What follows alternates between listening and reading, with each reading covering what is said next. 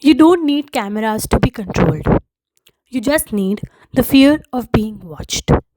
Hi everyone, welcome to Simply Explained. Have you ever felt like someone is watching you? Not physically, but like your actions are being judged even when you are completely alone. What if I told you you don't need cameras to be controlled because you've already learned to watch yourself? This idea comes from something called the Panopticon, a prison design that changed how we understand power, control, and society itself. And today, I'll show you how this one idea explains why you behave the way you do on social media, in public, and even in private. Imagine a circular prison.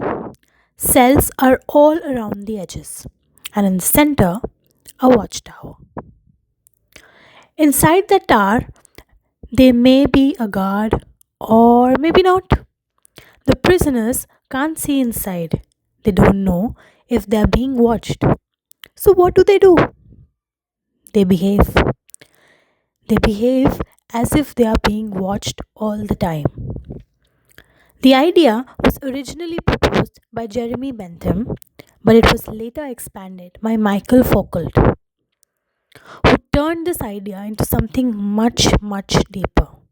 He said, modern society itself works like a panopticon.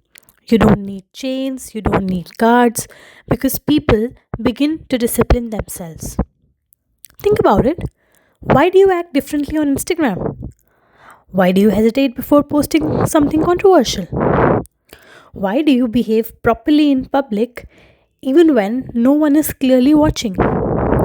Because somewhere in your mind there is a watchtower. Society, judgment, reputation. You don't want to be seen as wrong, so you control yourself. This is where it gets scary. The control is no longer external, it's internal. You become both the prisoner and the guard. You monitor your own thoughts. You censor your own behavior. You fit into the norms without anyone forcing you to. For example, CCTV cameras in the city, or social media validation, or cancel culture, online surveillance, even your last scene on apps.